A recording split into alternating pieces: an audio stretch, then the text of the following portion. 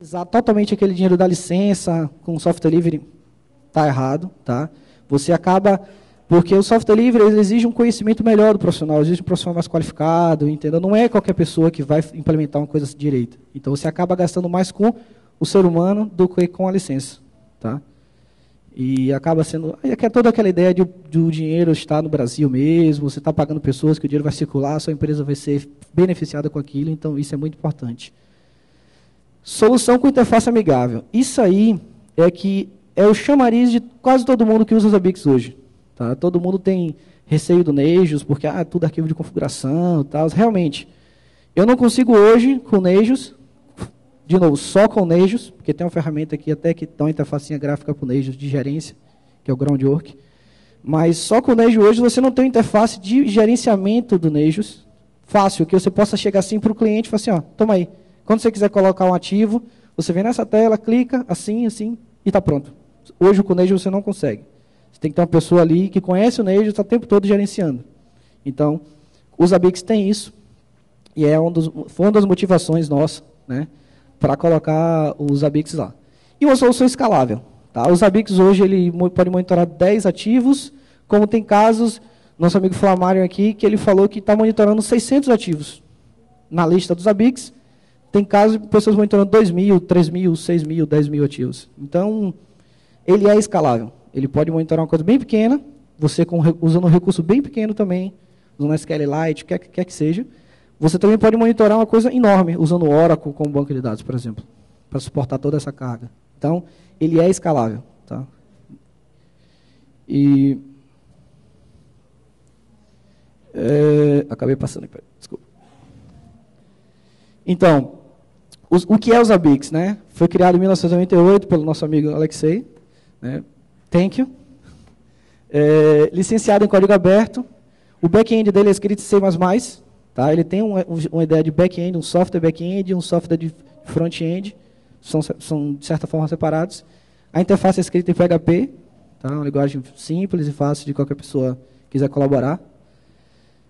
O suporte a CGDB tem MySQL, Postgre, SQLite, Oracle, IBM DB2. Essa IBM DB2, se não me engano, é novo. Tá? Não tem SQL Server, porque ninguém quis implementar, talvez.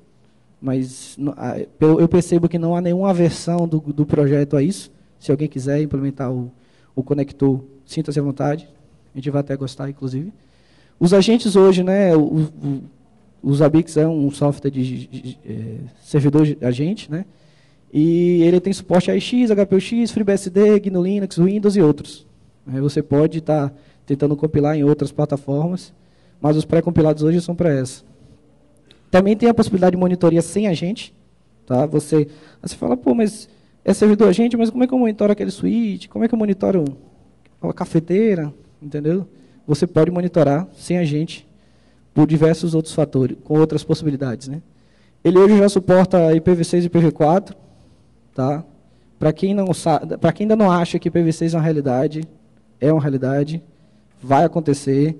Então, tudo que você fizer hoje, já pense com IPv6. Se você estiver comprando hoje roteador, switch e tal, compre com suporte IPv6. Tá? Então, isso é uma realidade, isso foi uma coisa boa que tem nos Zabbix. E ele é escalável com a utilização de proxy. Você pode hoje com os Zabbix, né? Eu não vou me aprofundar nisso, mas você hoje pode com os Zabbix colocar um Zabbix instalado em um determinado local e numa filial, por exemplo, sua, que você queira monitorar, você instala só um proxy. Ele monitora tudo dentro daquela filial e, numa conexão apenas, se reporta ao servidor central.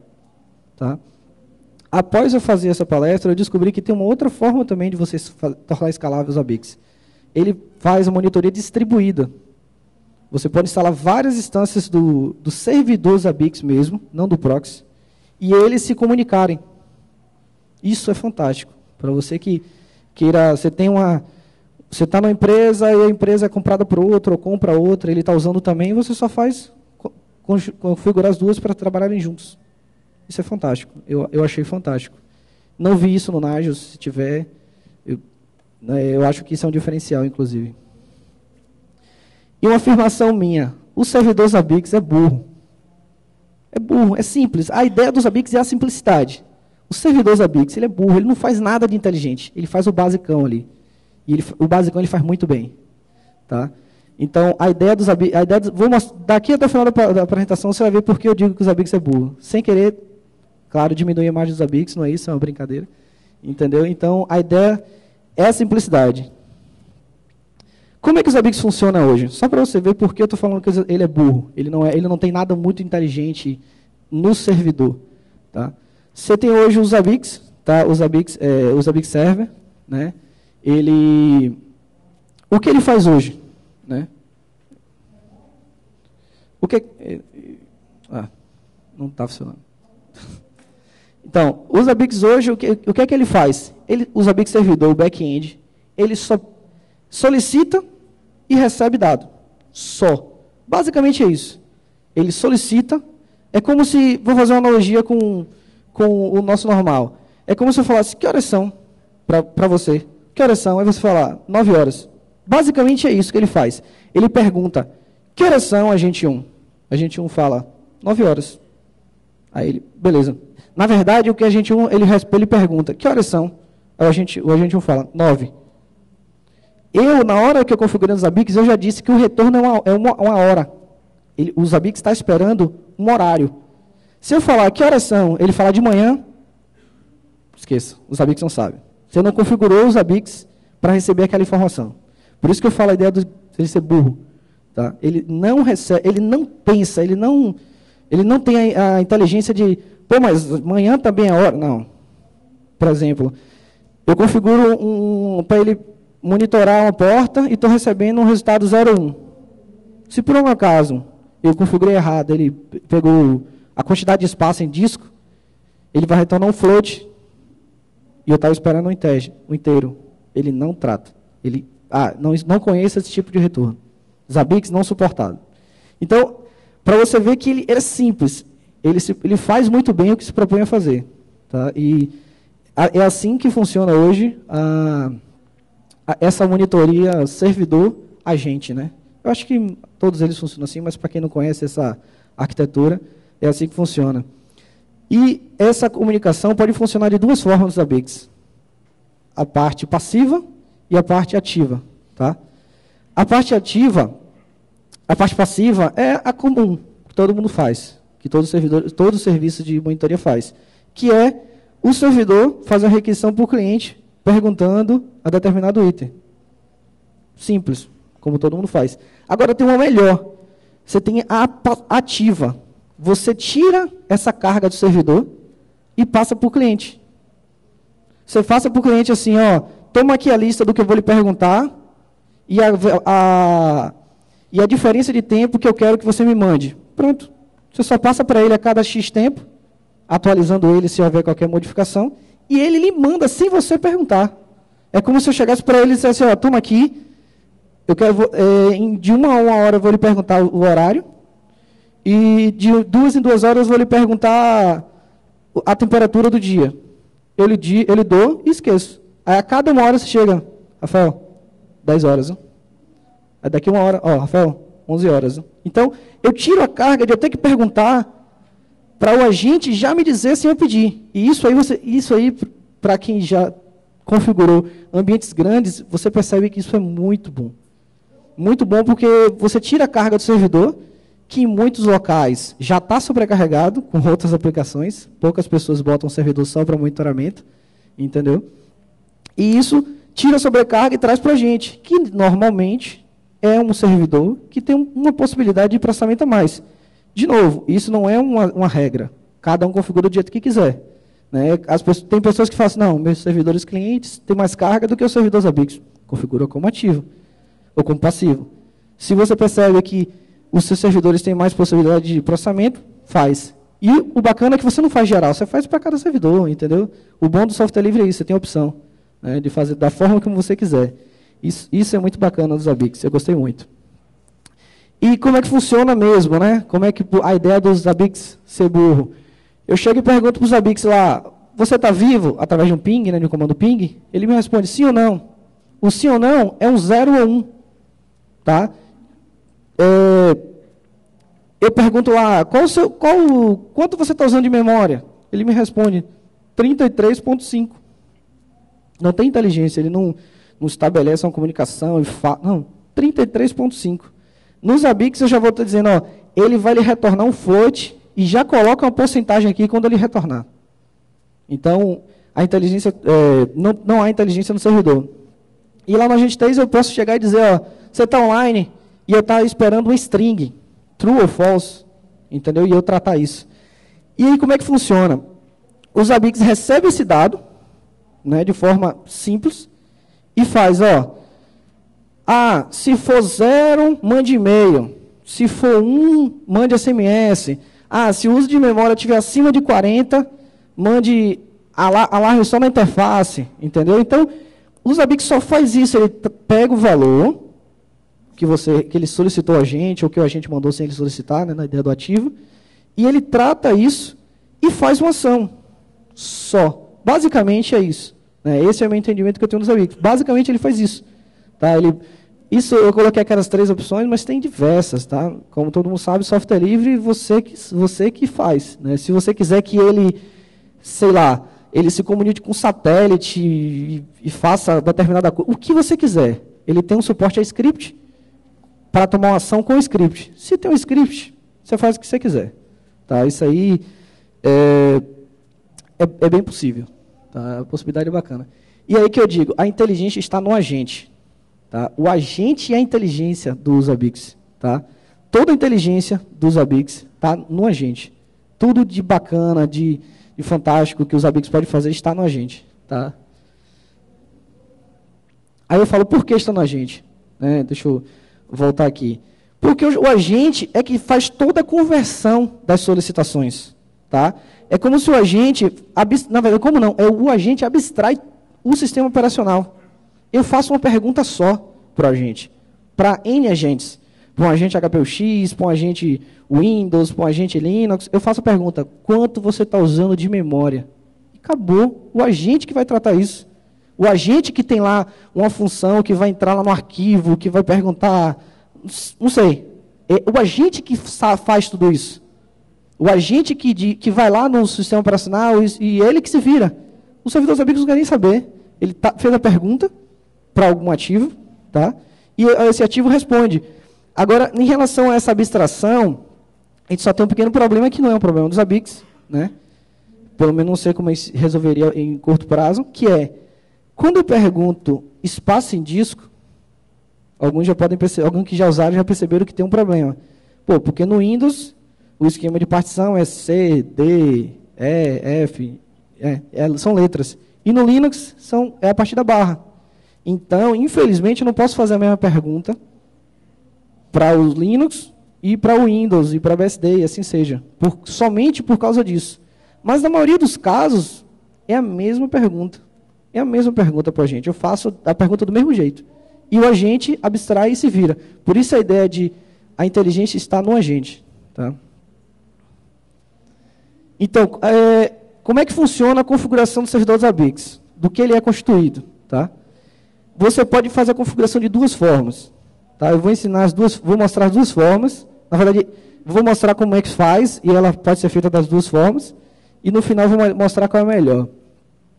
Você pode ter um host, né, que é o seu ativo realmente, né, que tem todas essas informações configuradas. Mas você também pode ter um template que pode ser aplicado por um host, que também tem essas configurações configuradas. Essas informações configuradas. Tá? Você faz uma vez só e sai aplicando em todos os hosts. Eu vou explicar uma a uma. Então, o que é um host? Né? O que é, para os ABICs, o que é um host? É a configuração do ativo a ser monitorado. É o ativo mesmo, você botar o IP do ativo, dizer o que você vai monitorar. Né? Ele contém os seguintes parâmetros. Né? Você tem que dizer o endereço IP, né? A comunicação de monitoria é feita via IP, somente via IP. Né? Nome da máquina, nesse caso, quando eu falo máquina, é o nome do ativo, né? O nome que você quer dar para ele. Você pode colocar o nome se você colocar o nome DNS e na configuração é possível você monitorar via DNS, eu não aconselho, tá? Eu não aconselho porque é um ponto de falha. Uma vez que o DNS falha, você deixa de monitorar tudo. Então, eu não aconselho, a não ser que você confie muito no seu DNS. Tá? Então, qual template está associado àquele ativo? Tá? Qual grupo que aquele ativo faz parte? Você pode separar em grupos. Isso é muito bom. Se você tem muito ativo, se você tem uma equipe grande, uma equipe que trata só de banco, uma equipe que trata...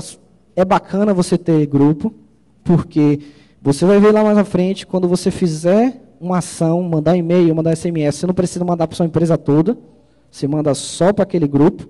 Então, um conselho que eu vou dar de novo no final, que eu vou reforçar no final, pense muito bem antes de sair configurando todos os seus ativos. Pare um dia para organizar, separe em grupos, tá? Veja exatamente o que você vai monitorar. Perca um dia, que você vai ganhar uns 4, pelo menos, de retrabalho. Tá? Então, tem um grupo associado e outros parâmetros que não são tão relevantes para mim nesse momento. O que é o item? O item é aquilo que vai ser monitorado, é a pergunta, é o que horas são. Tá? O item é exatamente isso. O item contém os seguintes parâmetros. A chave de monitoramento, que aí nesse caso é a pergunta mesmo, é o que eu vou perguntar. Tá? E essa chave, na verdade, essa chave é conhecida pelo agente. Isso aí é como se fosse uma língua falada entre os ABICs e o agente. É como se fosse uma língua que é comum entre eles e que o agente fala uma outra língua da máquina. Só que os ABICs não falam. Então, ele fala na língua que eles se conhecem e o agente fala na língua que conhece lá para a máquina. Então, a chave é exatamente essa língua que eles falam com o servidor e agente. É a chave. Eu vou explicar mais à frente como é essa chave. Né? Qual a frequência de monitoria? Com quanto tempo eu vou perguntar? Ou com quanto tempo eu vou dizer para ele já me responder automaticamente? Isso funciona para o ativo quanto passivo. Tá? Qual tipo de retorno? String, integer, float, é o que eu falei. É o que eu estou esperando. De novo, isso aqui é um problema que vejo na lista dos ABICs bastante. Eu configurei tal coisa e não funcionou. Muda o tipo de retorno que vai funcionar. Entendeu? E não adianta botar o armengue de string para tudo, para receber tudo, não, porque você tem cálculos matemáticos, você pode fazer com string, não é possível. Né? Então, qual o método de armazenagem? Isso é fantástico. Tá? Isso aí ajuda bastante, isso é muito bom. Tem todos, mas eu gosto de mencionar isso aí, porque você pode armazenar o dado, não o dado que você recebe. Por exemplo, a monitoria de SMP. Você monitora uma porta. Todo mundo sabe que o contador de bytes da interface, tanto de saída quanto de entrada, né, ele é incremental. Ele só aumenta. Ele não lhe mostra o valor do intervalo de tempo. Os ABICs você pode chegar e falar assim, delta S. Fala assim, nos dois momentos, o delta primeiro. Na frequência de monitoria, eu boto lá 1 minuto. Eu estou perguntando você a cada 1 minuto. Ele vai fazer a conta do valor que ele pegou, menos o valor que ele pegou na primeira. Ele vai lhe dar só aquele valor. Ele vai armazenar no banco só aquela diferença. Então, você vai ter uma velocidade por minuto. Mas ele tem mais ainda. Ele tem uma velocidade por segundo. Você pode configurar o intervalo de pooling por 3 minutos, por exemplo. Ele vai pegar esse valor e fazer a divisão para achar quanto foi por segundo. Então, isso é muito bacana. O delta S é muito bacana para quem... que a velocidade que você configura, né, que muita gente gosta de usar, que é não por minuto e sim por segundo. Então, o delta S está aí para isso. Isso é muito bom. Então, aí agora eu vou mostrar como é que funciona a chave de monitoramento. Tá? A chave de monitoramento como eu falei, é a pergunta mesmo. Né? É o que vai ser perguntado para a gente. Esse é o formato. Tá? Você tem o nome da chave, tá? Que é como se fosse que horas são em português. Né? Eu boto ali que horas são. Aí o parâmetro por exemplo, no caso de eu perguntar o disco, eu vou perguntar qual o espaço livre em disco. Aí, se fosse uma pergunta inteligente, qual a pergunta de disco? A gente, que disco? Não é assim. A pergunta tem que ser direta. O espaço da partição, tal.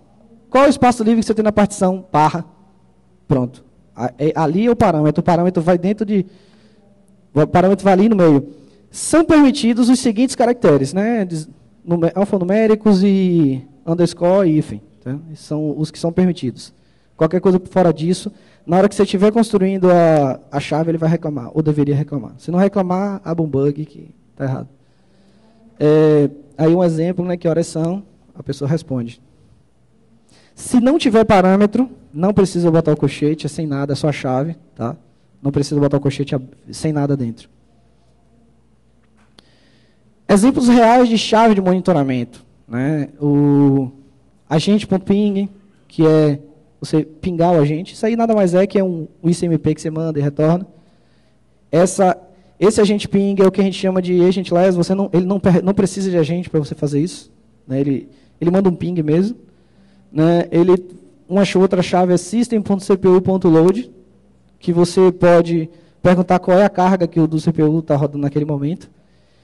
E aí tem os parâmetros, você pode botar mode, você fala assim, eu quero só a carga do usuário, eu quero só a carga do sistema, eu quero só a carga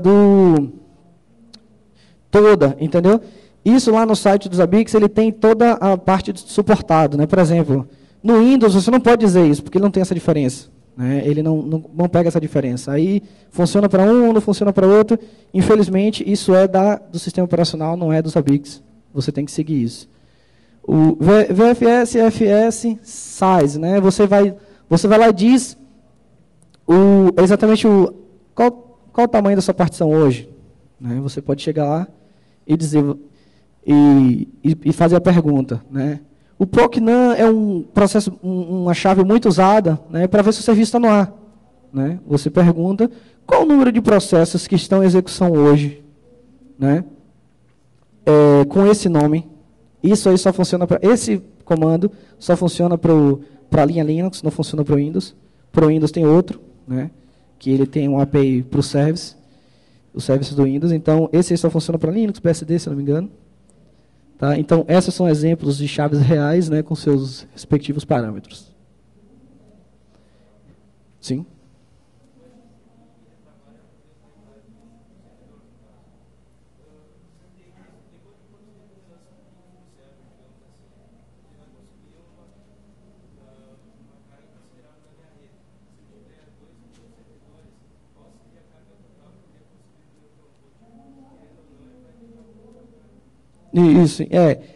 Isso é um problema no monitoramento, né? Todo monitoramento, você tem que simular alguma coisa para você ver se o ativo está no ar. Isso aí, infelizmente, vai ter que ter, se sua rede for sobrecarregada, algumas pessoas fazem rede segregada só para isso, entendeu? Então, é um problema que você vai ter com qualquer monitoramento. Aí não tem para onde fugir, né? Não, tem, exato. No item eu falei a frequência de monitoramento. Isso, no item. Você pode dizer, mande um ping a cada X tempo. Foi a ideia da frequência de monitoria mesmo. Ele funciona para qualquer tipo de item, seja ping, seja conexão na porta. Então, você tem como especificar assim. Você não tem como especificar o tamanho do ping, né? Aí você teria que entrar no código e alterar, se fosse o caso. Então, a trigger, tá? O que é a trigger, né? É a condição de alerta com base no que foi monitorado, com base no que você recebeu do item. Tá? É como se fosse assim, usando o mesmo paralelo. Eu faço a pergunta, que horas são? Você fala 9 horas. Eita, minha palestra já vai começar. Né? Aí, se você me falasse 1 hora, minha palestra começou, vou para a sala. Então, com base no dado que eu recebi, qual é a ação que eu vou tomar? Né? Eu consigo colocar um limiar, né? E ultrapassando aquele limiar, você toma uma determinada ação. Né? Então, a trigger pode assumir 3 status, né? O status de OK, o status de problem e o status de unknown. Né? A condição é criada com base em uma expressão matemática. Por isso a ideia de usar realmente o tipo certo, né? Para determinada coisa. String, você só faz comparação com string, integer com integer, e assim vai. Na verdade, integer com flow até que faz também. Mas nesse caso não faz sentido, porque o retorno é um só. Então, a condição é exatamente aquela. Você fala, quando o retorno for igual a 0, tome determinada ação. Quando o retorno for maior que 2, tome determinada ação. E aí que tem uma pequena confusão no entendimento de muitos iniciantes dos Zabbix. Quando isso é verdadeiro, indica um problema. O status é problem. Tá? Quando você cria uma expressão, passou de 20% ocupado, o Zabbix entende aquilo como um problema. Ele reporta na interface gráfica logo um problema para você. Se você configurou uma trigger daquela forma, e essa sua expressão matemática, ela foi atingida, foi alcançada, para ele é um problema, tá? O status de prova. E tem uma coisa que, eu vou até aproveitar que o Alex está aqui para tentar discutir com algumas pessoas. Quando os ABICs não tem retorno do agente, ele não encara que aquilo é um problema. O default, ele bota o status unknown.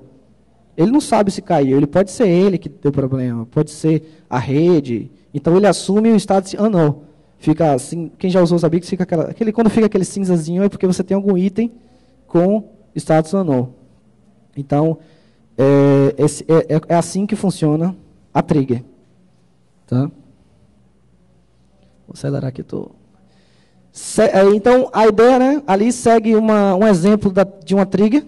Né? É o nome do servidor, a chave que você quer usar para fazer a trigger, né? A função, que eu vou mostrar mais abaixo, o argumento dessa função, o operator, né, o que você vai falar mais, menos, igual, menor que, né? E a constante que você quer analisar. Né? Então, fica dessa forma. Né?